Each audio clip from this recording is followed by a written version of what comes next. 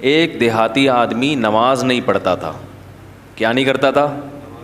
اسے مولوی صاحب نے کہا نماز پڑھا کر. اس نے کہا کہ اگر میں نماز پڑھوں گا نا تو میری گائے بھینسوں کی رکھوالی کون کرے گا؟ مولوی صاحب نے کہا دیکھ نماز پڑھنے سے رزق میں برکت ہوتی ہے. تو نماز جب پڑھے گا تو تیری بھینسیں اور زیادہ دودھ دیں گی کیونکہ اللہ کی عبادت سے برکت ہوگی.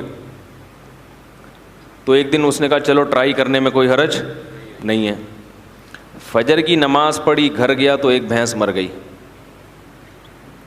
بھینس کیا ہو گئی؟ اس نے کہا یہ کیا ڈرامہ ہے یار.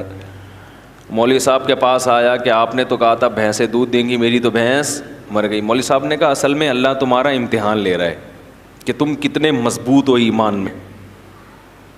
تو ایک دو ہوگا پھر اس کے بعد ڈبل ہو جائے گا دودھ. اس نے کہا چلو ٹھیک ہے. ظہر میں آیا, گیا, دوسری مر گئی. پھر امام صاحب کے پاس آیا. امام صاحب نے کہا ابھی امتحان کی کچھ کڑیاں کیا ہیں, سخت کڑیاں ہیں اور یہ ابھی کچھ گھڑیاں باقی ہیں امتحان کی. پھر آ گیا, عصر پڑھنے گیا تو ایک اور بھینس مر گئی. تو ایک کٹا ہوتا ہے نا بھینس کے چھوٹے چھوٹے بچے, وہ بہت شور مچا رہا تھا. تو یہ اس کو کہتا ہے زیادہ شور نہیں مچا, تو خالی 2 نفل کی مار ہے. تو کیا ہے,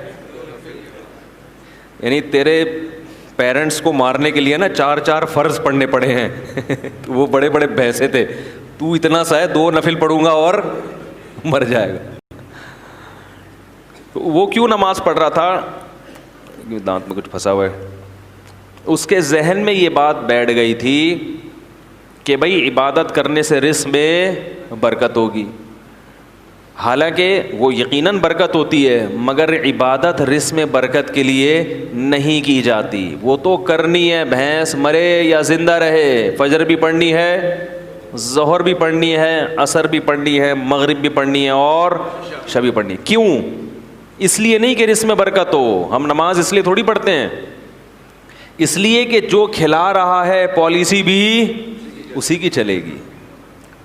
وہ جب کھلا رہا ہے اور نعمتیں دے رہا ہے تو جب عبادت کے لیے بلائے گا ہمیں اور آپ کو جانا پڑے گا, چاہے ہمارا فائدہ ہو یا ہم